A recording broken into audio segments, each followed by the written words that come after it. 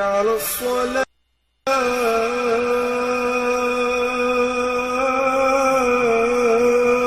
Sa pagpapatuloy po ng ating balitaan, ito po ang ating segment na Salam-daan sa kapayapaan. Ngayong umaga, pag-uusapan po natin ang kahalagahan ng batas dito po sa ating tinataguyod ngayon na peace process. At kasama pa rin po natin ang ating PTV President at ARMM News Bureau Chief na si Brother Munir General. Brother, good morning. Good morning. Assalamualaikum warahmatullahi ta'ala wabarakatuh sa mga kapatid natin sa ARMM, sa Sulu, Basilan, Tawi-Tawi, Lanao del Sur, and Maguindanao. At magandang umaga, bansang Pilipinas. At i-welcome po natin ngayong umaga ang ating special guest, si Atty. Nasser Marohomsalik, isang peace advocate, isang expert sa batas at isa pa sa mga nag-draft sa naunang peace agreement. Sir, magandang umaga po ang inyong pong pagbati. Magandang umaga rin sa pag-imbita sa akin dito. Natutuwa ako. Assalamualaikum sa kanilang lahat. May peace be with everybody. Opo. Attorney, napaka-importante po ng batas dito sa usaping kapayapaan. Ano ang inyong nakikita po na kahalagahan nito na pwede nating maibahagi sa ating mga sa balitaan? Malaki po ang hope ng mga kababayan nating Bangsamoro that this negotiation will bring about peace and promote relationship, good camaraderie between the Muslims and the Christians in Mindanao, especially in Moroland. Attorney, bilang isang dating Human Rights Commissioner, ano po ang inyong nakikita na mahalaga dito sa ating bagong peace process ngayon na tumatalakay at nangangalaga sa human rights ng ating both brother Muslims and brother Christians? Dito po sa agreement, binibigyan ng kasarinlan ng right to self-determination or self-government kasi may mga ibig sabihin yan sa legal ang Bangsamoro. And nire-respeto rin po yung vested rights ng mga kapatid nating Kristiyano at indigenous peoples sa areas of autonomy proposed sa Muslim. Attorney, maraming nagtatanong dahil marami ng peace agreement ang nilagdaan ng gobyerno at ang Liberation Front kamukha ng MNLF. Ngayon, ano po ang mangyayari kamukha ng 1976 Tripoli Agreement at saka yung 1996 Final Peace Agreement? Bukod doon yung naunsyami na MOA-AD or Memorandum of Agreement on Ancestral Domain. Ano sa palagay ninyo yung mga provision na ito ay saan na itong dadalhin? Dahil ito ay binding international agreement. Dahil kasama dito ang Organization of Islamic Conference na ngayon ay Organization of Islamic Cooperation. Ang mangyari po dyan, first, the agreement which was forged was the Tripoli Agreement of 1976. Pangalawa, yung Comprehensive Final Peace Agreement between the MNLF and the government. And then pangatlo, yung MOA-AD, yung Memorandum of Agreement on Ancestral Domain. Pang-apat na po, itong Framework Agreement on the Bangsamoro, which was forged by the MNLF and the government. Ang mangyari po sa Comprehensive Agreement that will cover this Framework Agreement on Ancestral Domain, ito ay maging komprehensibo and all the provisions na pwede sa previous agreements will be incorporated dito sa comprehensive agreement na ngayon ay tinatalakay pa ng gobyerno natin at saka ang MNLF. Yung pwede po doon na ilagay sa comprehensive agreement that will soon be forged between the government and the MNLF ay ikokonsidera. Opo. Among the lawyers po, itong ating mga tinatawag na legal practitioner sa inyong lugar, bilang isang IBP Governor for Western Mindanao, ano po yung consensus o usapin na tinatalakay sa inyong lugar kaugnay dito sa peace process na ginaganap? Generally po, magandang reception dito ng mga abogado. But I take caution dahil sa, alam mo na mga abogado, legalist and literalist ang nakakarami dyan. at saka gustong mailagay yung pangalan nila sa SCRA. Kaya mayroon nagbabantay dyan, threatening to file a case against the constitutionality of the basic law or the comprehensive agreement as the case may be. Pero sa tingin ko, dahil everybody here was involved, including the Filipino people through their congressmen and their senators, papasa to. Hinimay-himay po nila and they consider the issue of its constitutionality also. Kaya, at saka malawakang consultation po. So, sa tingin ko, papasa ito. And efforts will be futile to raise the issue of constitutionality sa ngayon, yung framework agreement on the Bangsamoro. So, brother? Attorney, alam naman ng lahat na napirmahan na lahat yung mga 4 na annexes, kamukha ng modality, wealth sharing, power sharing, at saka yung latest, yung normalization. Kasi may nagtatanong, pag dinala nito sa Congress yung Bangsamoro Basic Law, ito ba as is, hindi mababawasan ang napagkasunduan na between MILF and may nagtatanong tungkol dito? Kasi ito ay isang agreement lang naman, and it's not placed in the language of the law. So may change siguro sa language. But with the support of the President and Congress, kasi involved rin dito ang Kongreso natin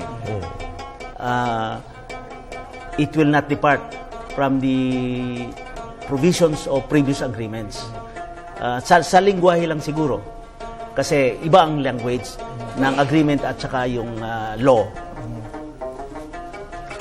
Bilang isang historian na attorney na itong inyong sinulat, itong Aristocrats of the Making of the Malay Race, ano po yung nakikita ninyong kahalagahan naman ng kasaysayan dito sa usapin ng kapayapaan? Lalo na may mga nagpapanukala na yung Moro history ay ituro rin sa mga eskwelahan. Ang struggle for self-determination ng Bangsamoro goes back to 500 years ago or more than 400 years ago. Ngayon lang nila matatamasan yung aspirasyon nila na magkaroon ng self-government. So, mahalaga po na we put a closure to the struggle of the Bangsamoro. And under a system of government which is centralism, hindi po napagbigyan ng self-government ang Bangsamoro. And although centralized pa yung power ng gobyerno sa national government, with this agreement, this framework agreement on the Bangsamoro, and hopefully the comprehensive agreement that will follow, will spell out clearly the extent of self-government that will be enjoyed by the Bangsamoro. So, napapanahon na at sa palagay nyo, ito na ang tamang panahon sa pamumuno ni Pangulong Noynoy Aquino. This will be the greatest legacy. Kasi for 500 years, nandyan pa rin yung problema. So, sa presidency ni President ni Aquino, mangyari itong closure sa struggle ng Bangsamoro for self-determination. That's better than any of his achievements. Iyon ang pananaw ko. Dito, attorney, sa libro mo na Aristocrats of the Malay Race, nasabi mo sa akin na kaya mo ginawa ang libro na ito dahil para i-correct mo yung hindi tamang history sa mga Bangsamoro. Di po ba? Totoo po yan. To rectify distortions written by non-Moro themselves about the Bangsamoro. Kasi nakipaglaban ang Bangsamoro, laban sa Hapon, laban sa Amerikano, laban sa Filipino government. And history is written by the victors. Ngayon, nagkaroon na ng perspektiba ang Bangsamoro through this book. And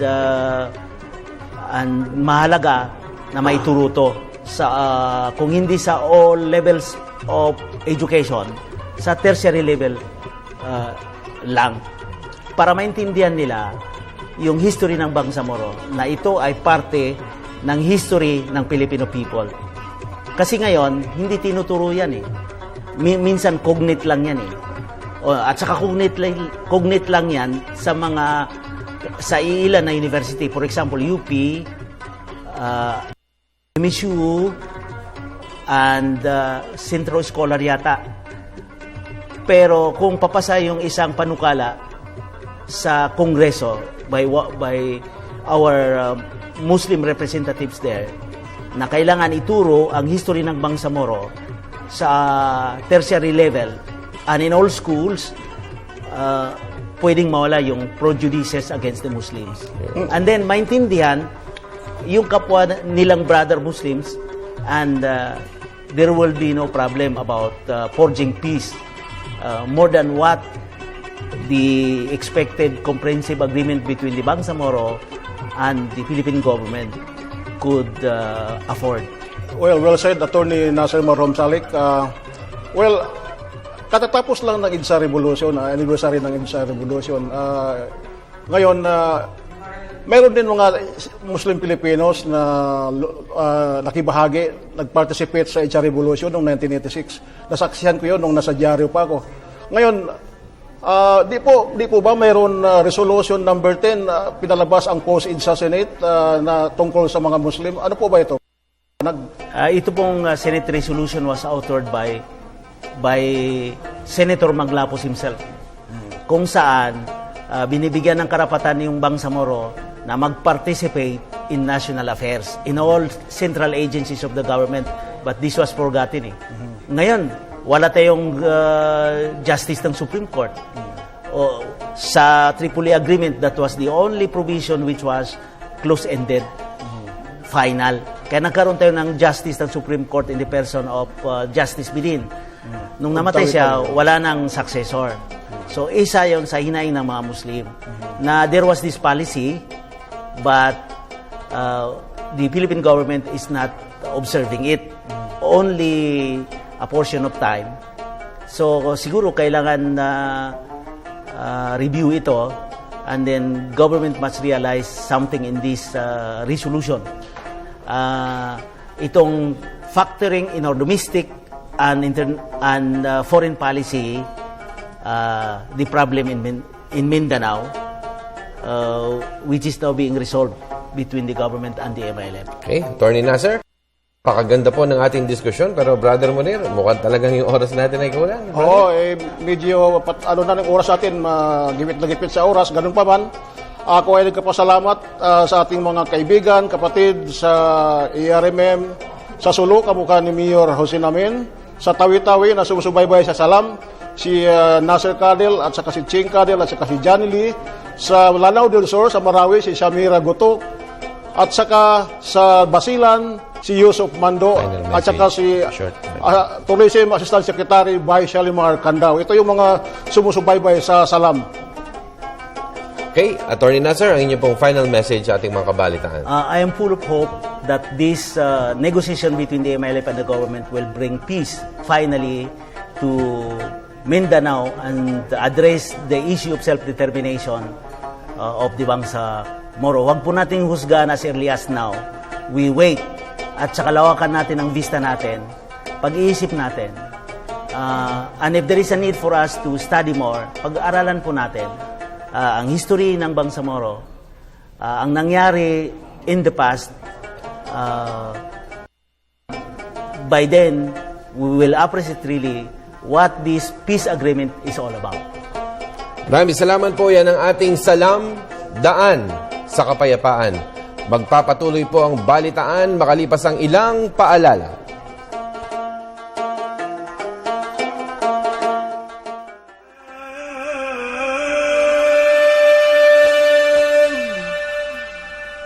حي على الصلاة